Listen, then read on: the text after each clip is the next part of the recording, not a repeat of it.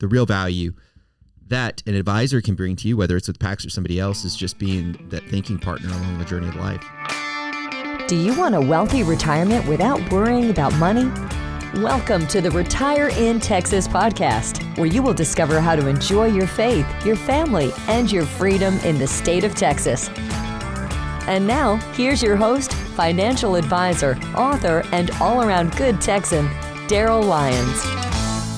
Hey, this is Darryl Lyons, CEO and co-founder of Pax Financial Group, and you're listening to Retire in Texas. This information is general nature only. It's not intended to provide specific investment, tax, or legal advice. Visit paxfinancialgroup.com for more information. And also, there's on our website, if you're not a client yet, what you can do is you can go to our website, paxfinancialgroup.com. There's a Connect with Us button. And that'll set up a 15-minute conversation. It's just a conversation to see if it's a good fit, if we can help you, if we're the right organization for you. Sometimes we're not. So that's just what I might describe as a fit meeting, and it's really non-threatening. We just set that up 15 minutes, so it's pretty easy to do. So if you're not a client, that's a good way to engage with us. So today I want to talk a little bit about the behavioral side of finance, and I've spent a lot of time over the years talking about behavioral finance, which is the collision of neuroscience, psychology, and traditional finance. And it blew me away as I started to study this, 5 or 6 years ago, really inspired by Daniel Kahneman's work, Thinking Fast and Slow, and building on that. Daniel Crosby's work, who's very active in today's marketplace and behavioral finance, and working with a handful of professionals over the years. This area became more important to me because I recognize that this is very likely the largest area of finance that advisors and myself can actually impact. So in other words, individual stock selection, you would think that would be a skill set that would have the greatest impact on somebody's life. And actually it's not. It's helping people make rational decisions in all the noise. Maybe I'm speaking the obvious to some of you guys, but oftentimes we default in our lives to thinking that, and I do this as a financial advisor, assuming that me making individual stock selections and asset allocation decisions are really the biggest value that I can bring to somebody's life. And it's very important. We don't discount it, and we pay attention to the details. But the reality is when the risk hits the fan, so to speak, being able to be a lighthouse in people's lives really is the greatest value. And I've seen that over the 20 years that I've been doing this. And it was hard for me to get my head around that because the area of study called behavioral finance really didn't exist when I got in the business in 99. What did exist was .com stocks. And so became interested in that, realizing that there's very little value in being able to try to play that game. The real value that an advisor can bring to you, whether it's with Pax or somebody else, is just being that thinking partner along the journey of life. And I don't discount that. That actually is insanely powerful. So I want to unpack that today. A few years ago, I met a couple who had done almost everything right. They had checked the box in terms of, not getting overextended with debt and had good retirement accounts, but things were just off in their family. It was, I would say, just the aura of frustration, maybe just that awkward silence.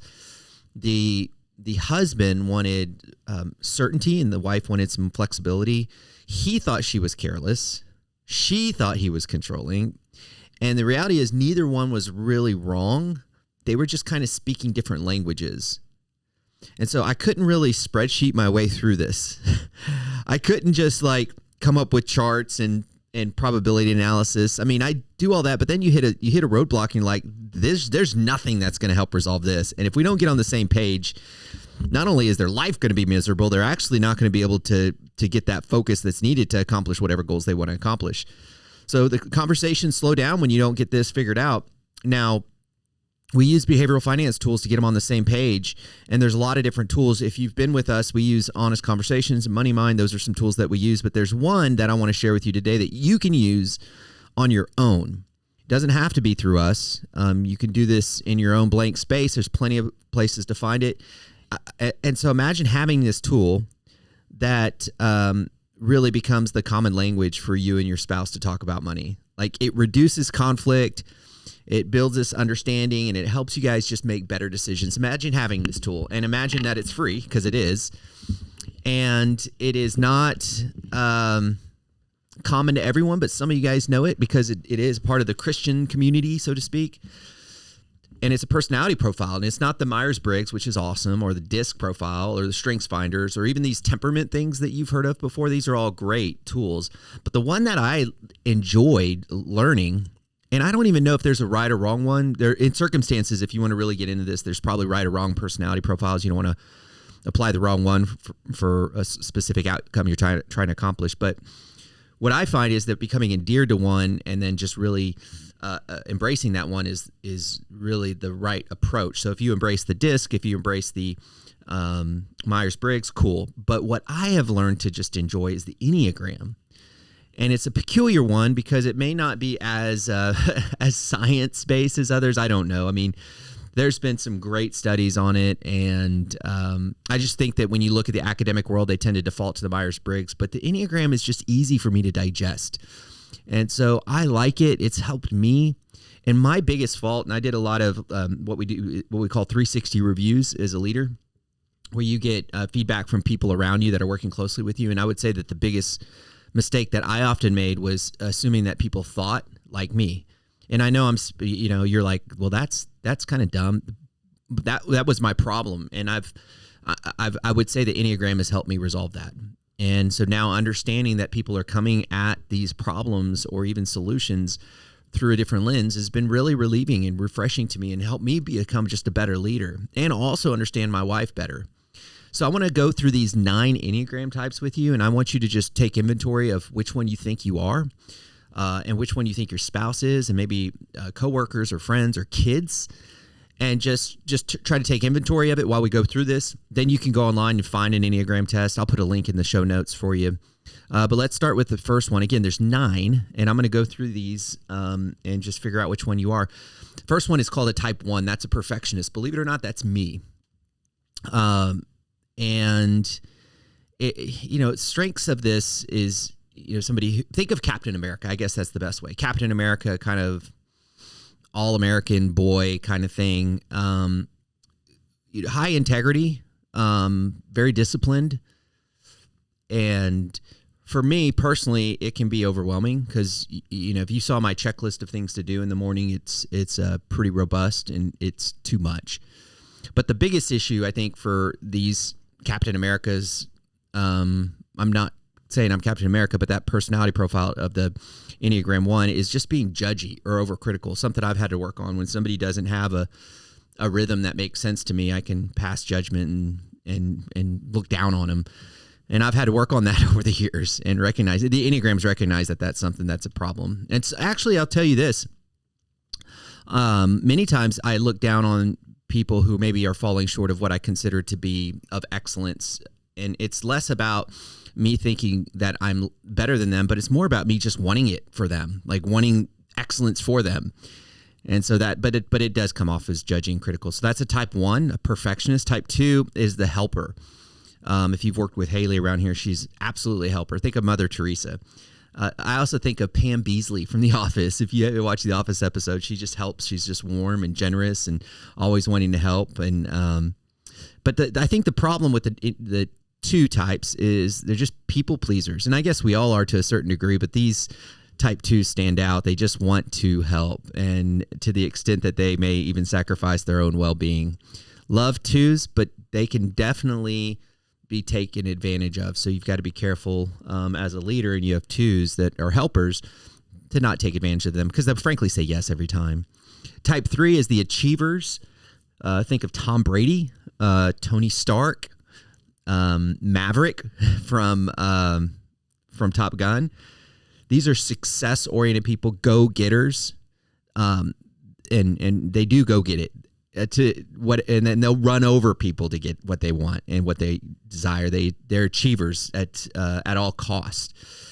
They can be very image-driven, and they have to wear their hair a certain way and dress a certain way.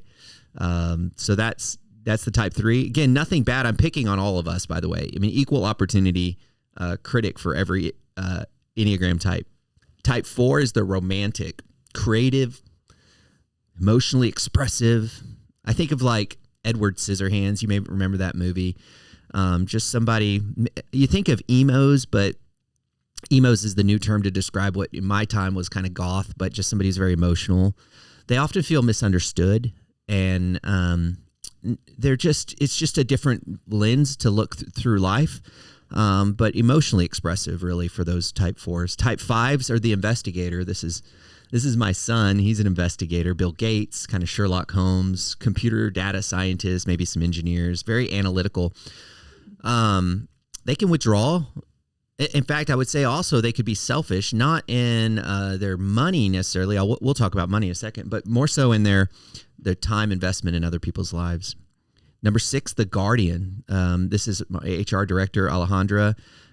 This is Piglet from Winnie the Pooh, who's always kind of scared of the 100-acre woods, which is adorable.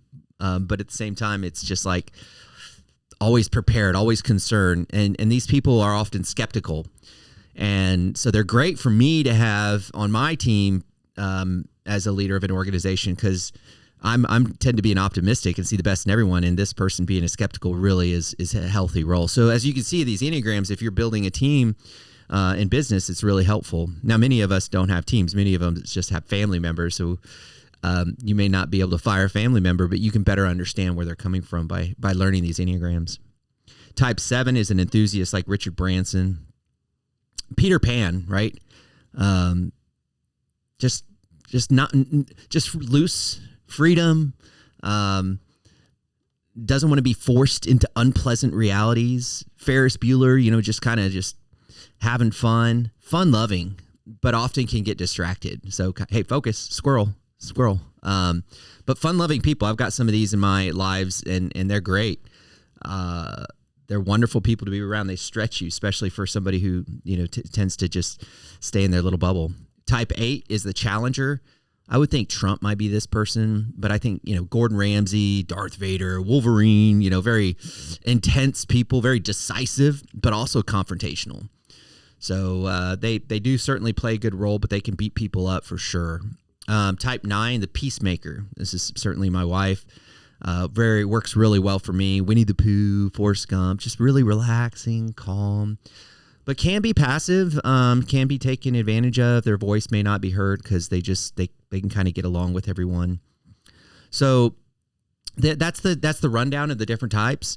I'm going to go into some of the financial aspects of the various types, but just know there's some nuances to this. So if you want to, unpack it more, there's these things called wings, and understand a little bit. There's some deviation, so it's not like everyone fits in a type perfectly. But types is good enough. If you can get your head around that, that's a good starting point. So let's try to understand some of the money pieces that may come with these types. So a type 1, which is like that was me, like a perfectionist. This is somebody who's going to say debt is bad, like an absolute black and white, and is also going to freak out when somebody's irresponsible. So if you have people in these lives, in your life, maybe a spouse, just know that that's the lens they look through, and they're very absolute and can be judgmental. And it's just, trying to say this is how they're uniquely wired rather than taking offense really changes the way you communicate. Type 2, this is, again, the helper. I'm sorry. Type 2, the helper. I'm sorry. The type 2, they're going to want to celebrate with you. They're going to be the caretaker. And they're probably, if they're type 2, if your spouse is a type 2, they're going to spend money more on other people than themselves. In fact, they prefer chocolate over researching about money. A type 3, I would say that, again, this is the achiever. These are the Tom Brady's. When they invest, I've got to look out for them because they want fast results. They're in a microwave investing, not crock pot investing. And so I just have to reframe that and maybe constantly reinforce that. They want to get down to business. They want to get things done. They don't want to keep track of money unless that's what successful people do. And if they find out that's what successful people do, then they'll keep track of money. So they're achievers. Type 4, again, these are the romantics. They like memories. They spend money on what feels right, kind of an emotional spender. So They don't think about retirement. That'll work out on its own. Lord will work it out. But they're coming at money from a feeling perspective, which can be dangerous. Type 5, remember this is the kind of analytical ones. They hold on, let me make sure I've got that. That doesn't seem right. I have my notes in front of me, but it didn't. Yeah, okay. I was reading something. I was like, that's not right. Type 5, they'll take 3 hours to research, spending $500. They live minimally, and they little uncomfortable with the unpredictability of planning because they love to live in a linear world. Type 6, this is the HR people, the compliance people, having trouble making decisions on their own. But if they're going to make decisions, what's the safest decisions? They like reliable cars. They like safe neighborhoods. Money can frankly be overwhelming. And a type 7, remember this is the Richard Branson, the adventure people. Love these people. They're normally pretty satisfied. And you just got to be careful that they can be very impulsive, which certainly has consequences. But one of the things they like to spend money on is just hanging out with people and dining with people. Their life can be a whirlwind of social activities that has financial consequences. The type 8, the money kind of position there for the type 8. These are the hard chargers. Remember, they're confrontational. They want control. They will earn. They're strong earners typically. In fact, they may always earn their way out of bad decisions. Oftentimes they often think of their net worth as their identity. So that's a tricky one. Remember, power is important to them. And then the 9, this is the peacemakers. Just money issues can feel overwhelming. It's not something that they really want to worry about. And like the 2s, they can be really generous and think of others. So you may have a spouse, a friend, a family member, a child that fits one of these Enneagram types. And if you can understand that, and then that way when they communicate with you, you don't go into defense mode or try to change their mind. You can just meet them where they're at. It is an absolute game changer when you can. It's almost a life hack. It's almost a Jedi mind trick when you're able to adopt an Enneagram framework in your communication style, both with money and leadership and family. So I hope that helps you today. That's another behavioral finance tool that we oftentimes integrate into our client experience, but we definitely integrate it as a PAX culture. So it's a fun thing for us to talk about. I appreciate you hanging with me this 17 minutes or so. And as always, I want to remind you, you think different when you think long-term. Have a great day.